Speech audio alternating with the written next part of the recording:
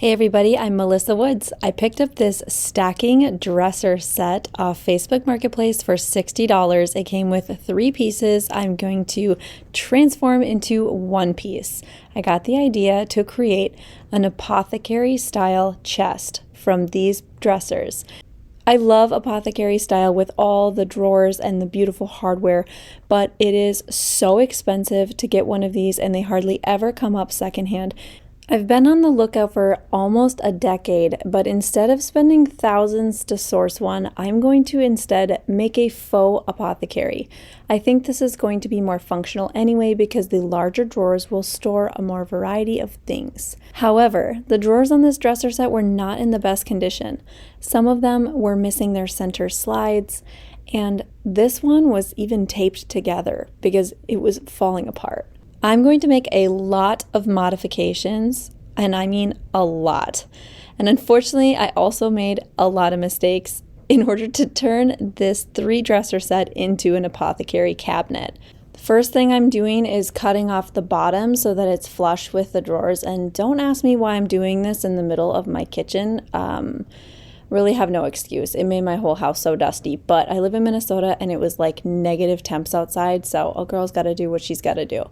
I also decided to cut off some of the scrolled details on the ridges, like the top.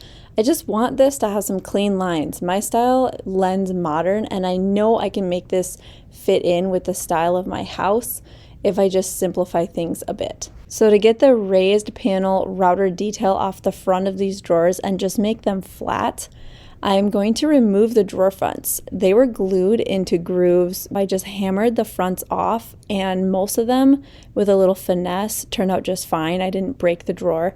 When the drawer fronts came off, I actually shaved them down on my table saw, and this was the fastest way for me to get a flat look across the front and expose the wood underneath without all the work of sanding or stripping the finish. These ended up being soft maple. And I was so excited to see maple because if you'll remember, I have a beautiful maple hutch in my house I redid from my grandma-in-law, and I want to match that finish as best I can. Here's where things started to go a little sideways. So a lot of the drawers were double deep. They just had the facade of 2 thin drawers. And so their fronts, I was able to cut through with my table saw as deep as I could, but it didn't go all the way through. And the center, I had no clue how to get this flush. I tried a hand planer and it didn't work. And then I had this problem. I had a drawer casualty. This one had been broken and repaired in the past, so there was a lot of extra wood glue, and I was having trouble getting the drawer front off so I could do my modifications. And when I finally got it busted loose, the whole drawer front cracked, in multiple places. I could try and glue this back up, but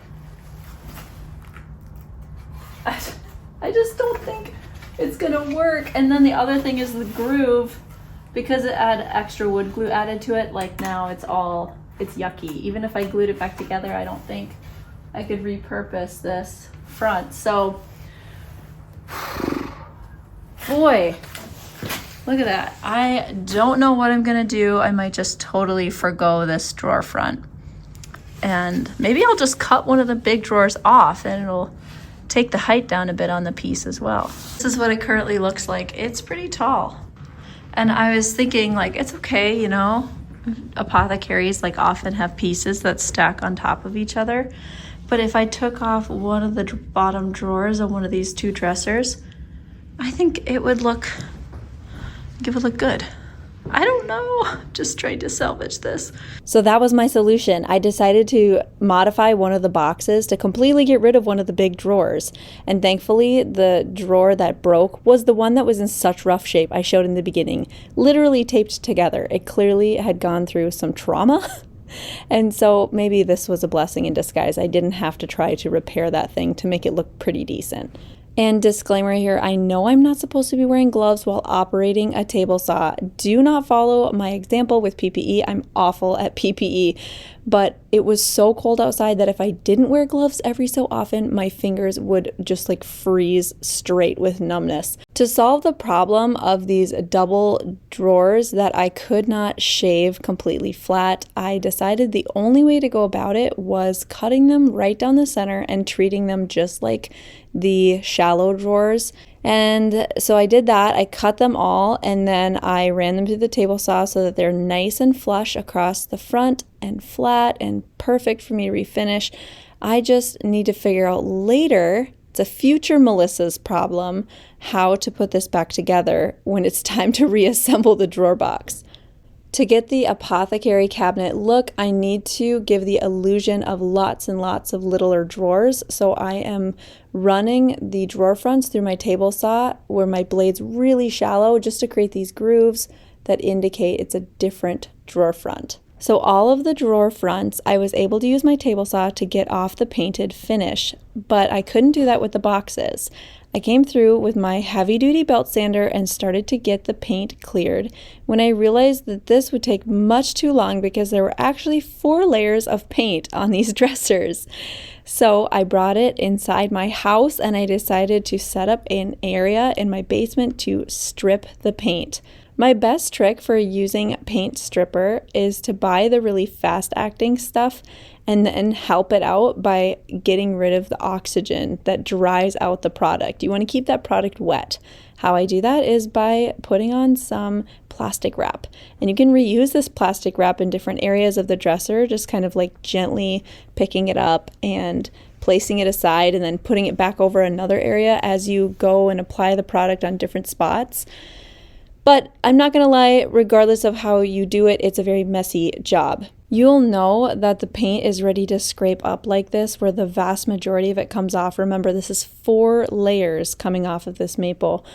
When all of it's bubbled up, like the finish will bubble up underneath the plastic wrap, and it will probably take longer than the can says, but you'll know. When I'm finished scraping off most of that paint, I am going to use afterwash, and this product kind of cleans off residue from the stripper so that my sandpaper doesn't get all gunked up, and it also can remove more of the finish. Both the stripper and the afterwash are linked in the description, so if you have any furniture to strip, these are my most recommended products. They work great. The sponsor of this video is Build Club.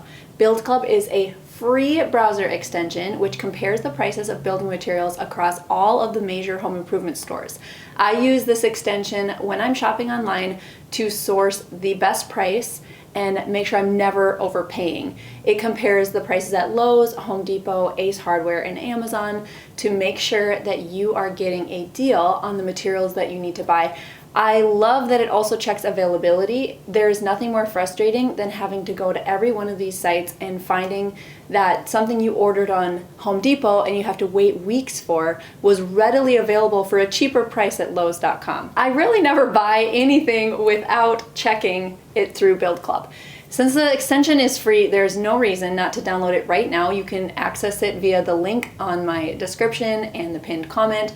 Build Club is the easiest way to ensure that you are sourcing your materials most efficiently, whether you're a DIYer like me, a small contractor, or you run a huge construction business. Build Club is a must. Click the link to install this extension on your browser right now, and don't forget to share this with a friend who could use this money-saving tip as well. To get this soft maple completely down to the raw wood, I have to go and sand after stripping. You can't just strip and clean off the stripper and call it good. The pores of the wood need to be opened up in order to accept any kind of new finish. A belt sander makes very quick work of sanding, much faster than random orbital. However, you have to be much more cognizant to stay with the grain of the wood, and you have to be really careful not to tilt it any which direction because it can gouge your piece. On the areas that I couldn't use the belt sander, I did use my random orbital, and I went over the whole piece with 80 grit sandpaper first and then 120 grit sandpaper. You can imagine how long I was sanding for. There are 3 dressers and one of them has a ton of surface area because it has like an open shelf in it, and so it took me about 5 to 6 hours to get everything fully sanded. At this point, the wood was starting to look so gorgeous and I was very proud of all the work I had put in to get it to look this good. But Unfortunately, I made a rookie mistake again when it came to finishing. So I had the idea that certain areas of the maple that were a lot darker would be toned down with a whitewash before I went and finished the whole piece. I came in with this whitewash just in specific spots and then wiped it clean, and this blended in nicely. However, all of the areas that I applied this ended up getting re-sanded down later because the paint wash that I created to finish this maple piece was water-based, and you can see I'm putting on an oil-based product right now. So they did not mix, and I was so upset, but that's a little later in the video. Let's skip back to the drawer fronts. Now, those grooves that I cut in, I decided to make another mistake by filling them with black paint. I wanted them to be more obvious that they were like a separate drawer, and so I thought I was creating a shadow, but in reality, this black paint was such a stark contrast. It looked gimmicky and bad. At this point, I also filled in with wood filler all of the holes from the previously drilled like hardware on the drawer fronts. I'm gonna do a lot of work in order to get this to blend in and match because wood filler never stains the same way as the wood around it. So let's move on to finishing. This is the beautiful maple hutch that I refinished, and I want to match this color. These drawer fronts indicate that this soft maple has slightly more of a yellow undertone, so I want to mix up a paint wash to shift it to this warmer color to match the maple hutch in my foyer. I consider myself first and foremost an artist, and so I mixed up a paint wash with kind of like a cream color, and then I added a little blue to counteract the yellow that I was seeing.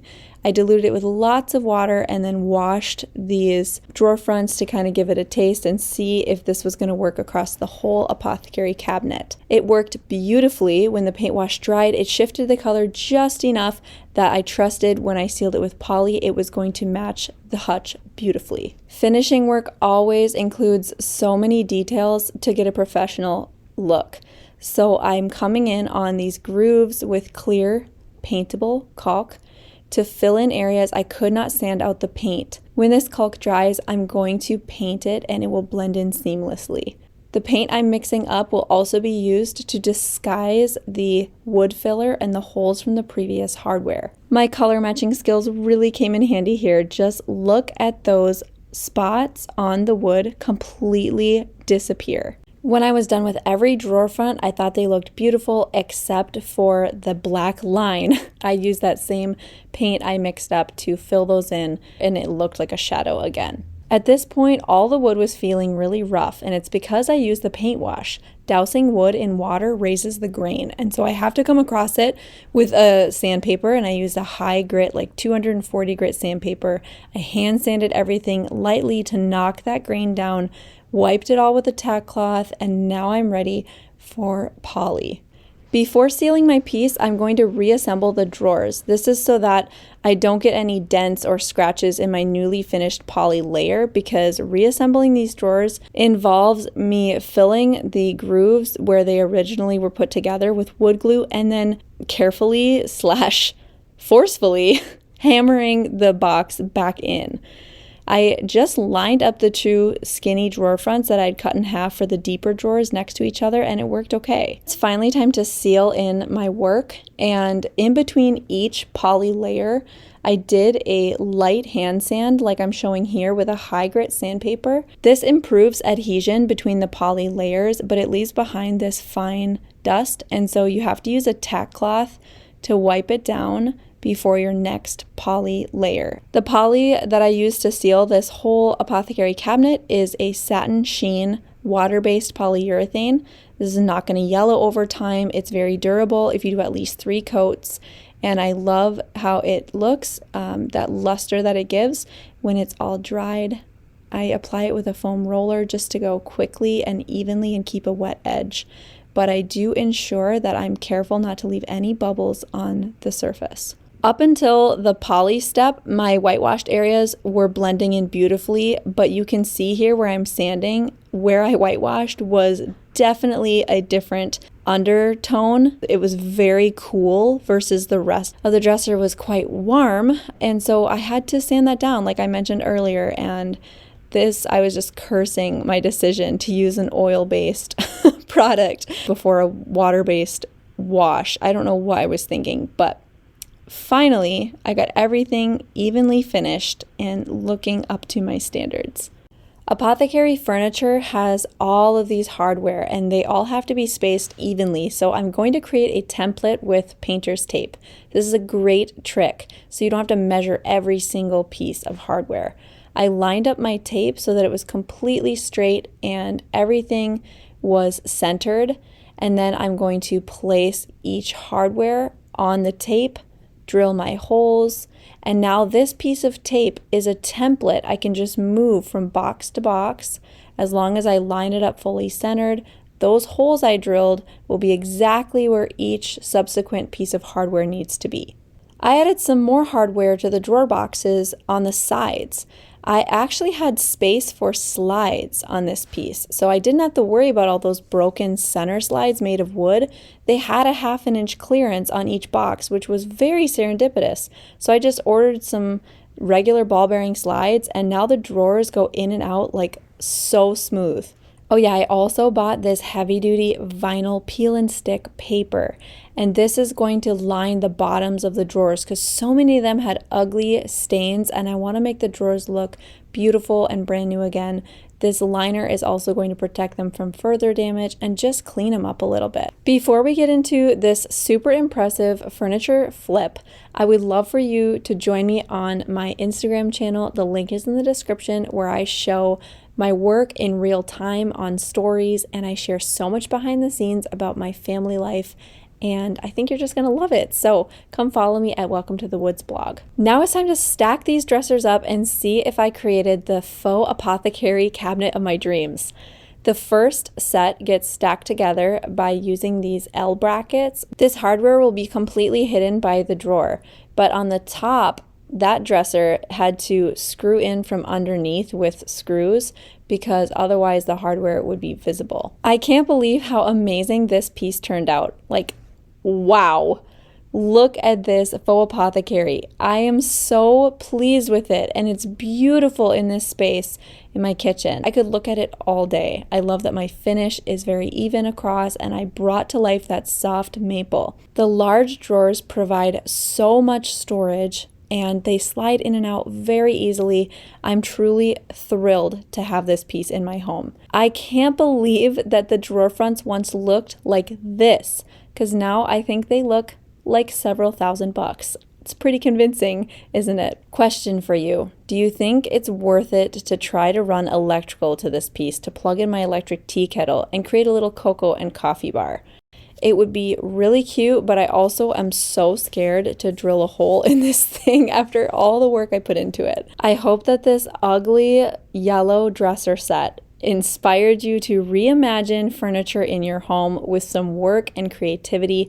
You can create the furniture you've always dreamed of owning. Thanks for watching Welcome to the Woods. Don't forget to subscribe and hit the notifications bell for my next video.